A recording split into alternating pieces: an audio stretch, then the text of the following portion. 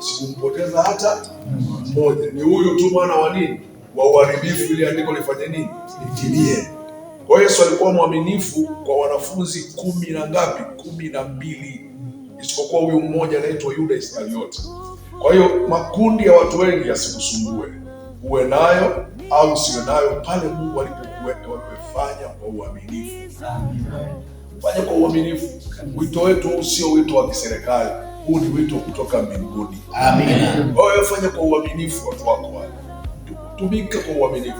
Kama kuna wakati Mungu anataka kukutoa hapo kupeleka mahali pengine, hizo ni taratibu za Mungu atafanya. Lakini wewe kaa kwa uaminifu.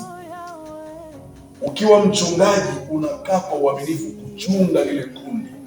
Ndio maana Yesu alipomtokea huyu Petro alimwambia, lisha kondoo wangu, chunga kondoo wangu, lisha kondoo wangu. Na swali lilikuwa hivi, je, unanipenda kuliko hawa? Akasema, Bwana, mimi ninakupenda. Akarudia mara ngapi? Mara 3. Na akamwambia maneno ya kuchunga na kulisha kondoo wa Bwana. Kwa hiyo wewe uko pale, lisha wale kondoo wale ambao Mungu amekupa, lisha kwa uaminifu. Daudi alikuwa anachunga kondoo wa baba yake mzee nani? Mzee Yese. Na anachunga kwa uaminifu kwa sababu anajua hapa mimi ndio nafasi yangu. Hakukuwa na mtu aliyekuwa anamtazama yeye. Daudi alikuwa anasimamia. Siku moja baba yake akamtuma Daudi aende akaangalie vita, maana kaka zake wako vitani huko na taifa la Israeli linapigana na Wafilisti. Daudi alipokuwa anakwenda kwenye kambi ya vita, akamsikia Mfilisti anasimama anatukana matusi makubwa sana. Habari hizo unazijua katika Samueli wa kwanza mlango wa 17, si ndio jamani? Akasikia anatukana sana. Daudi akauliza, akiwa na miaka 17, kijana, akauliza, atafanyiwaje mtu yule atakayemuua huyu Mfilisti asiyetahiriwa, anayetukana majeshi ya Mungu aliye hai? Akaambiwa atapewa binti ya mfalme, ataachwa huru, halafu na kutajirishwa sana. Daudi akaenda kwa mfalme, akapelekwa akiwa kijana mdogo. Alipopelekwa kwa mfalme akasema, mimi niko tayari kumuua huyu Goliati, huyu Filisti. Mfalme akamwambia, wewe bado kijana mdogo. Lakini pointi yangu unajua ni nini nataka kusema hapa? Daudi anatoa ushuhuda wake. Anaambiwa huyo Goliati amepigana vita tangu ujana wake. Sasa Daudi anatoa ushuhuda wake. Anasema hivi, mfalme, yule Mungu aliyeniokoa na makanwa ya simba, yule Mungu aliyeniokoa na kucha za simba, ataniokoa na Mfilisti huyu. Maana yake nini? Maana yake Daudi alikuwa mwaminifu kuchunga nini? Kondoo. Hata alipomuona dubu, alipomuona simba, Daudi alipambana kwa mkono wa Bwana. Unapokuwa mahali pako unaweza kadhania hakuna anayekuona, lakini yuko Mungu anayemuona.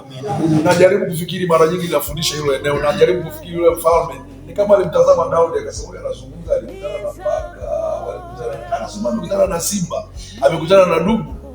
Huyu kijana anajua anachokizungumzia. Yaani kwa sababu hizo taarifa hazikujulikana, mzee Yese hakujua. Kaka zake wakina Eliabu hawakujua, lakini Mungu wa mbinguni aliona. Amen. Bwana Yesu apewe. Inawezekana mimi hata sijui, hata ile tawi iliyolitaja hata sijui, lakini Mungu anajua. Amen. Fanya kwa uaminifu. Fanya kwa uaminifu. Yale yaliyopatana yafanye. Nimepatana kikao kama hivi, uwe mwaminifu. Njoo kwenye kikao. Itokee vinginevyo, labda unaumwa, labda umefiwa, lakini ile kutoacha kuja kwa kikao, unapoteza uaminifu wako mbele za nani? Mbele za Mungu. Mmepatana kufanya jambo fulani kama kanisa la mahali, fanyeni kwa pamoja. Mmepatana maombi, ombeni kwa pamoja. Kuna taratibu za FPCT kutoka juu, 10%, 5% inaenda jimboni, 10% inaenda taifa. Usichukue zile pesa za 1%. Hata kama ni shilingi 1000, wewe usichukue, fanya uaminifu. Amen. Hakuna anayekuona ila Mungu wa mbinguni anafanya nini?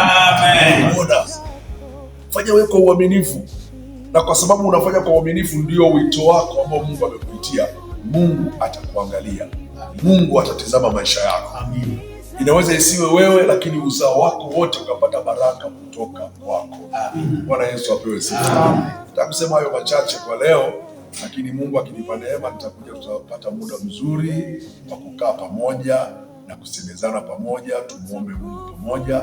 Lakini kwa leo niseme hayo machache. Mungu wa mbinguni awabarikini sana. Tusimame nipate kuomba. Baba Mungu, katika jina la Yesu Kristo, umesimama katika madhabahu hii. Mambo haya yalikuweko na uliyajua kabla ya kuwekwa misingi ya ulimwengu. Mimi nimekuja kwa ajili ya familia, lakini Bwana, familia yako kubwa nimekutana nayo. Baba, tengeneza njia, utupe wakati mzuri tutakaoketi pamoja, tuweze kulitazama neno lako, tuweze kushiriki neno lako, tuombe kwa pamoja, tuhimizane na kutiana moyo katika ufalme huu. Asante kwa ajili ya mchungaji kiongozi wa kanisa hili pamoja na msaidizi wake, katibu na watendakazi wote walioko hapa. Baba, uwabarikie. Hata watumishi wako kwa vikao walivyokaa, wanavyoendelea kukaa, uwabarikie Bwana. Naomba uachilie moto wa Roho Mtakatifu Bwana, watakaposimama kesho kwenye madhabahu, moto wako wa Roho Mtakatifu ukawake Bwana. Wape kuthamini kazi na wito uliowaitia. Mungu, ninawaweka mikononi mwako. Lipanue kanisa lako, likuze kanisa lako. Inua vijana, inua wazee, inua wanawake, inua wanaume. Bariki Bwana, inua uchumi wao. Wabarikie mfalme wa amani. Wakutazame wewe uliyewaita katika mwito mtakatifu Bwana. Kutana na haja zao, kutana na mahitaji yao. Ninawakabidhi mikononi mwako sasa, katika jina la Baba na la Mwana na la Roho Mtakatifu. Amen. Ni zako Yawe, ni zako usiyeshindwa. Mungu akubariki sana Baba Askofu. Tunashukuru na tunafurahi sana. Ni zako Yawe, ni zako usiyeshindwa.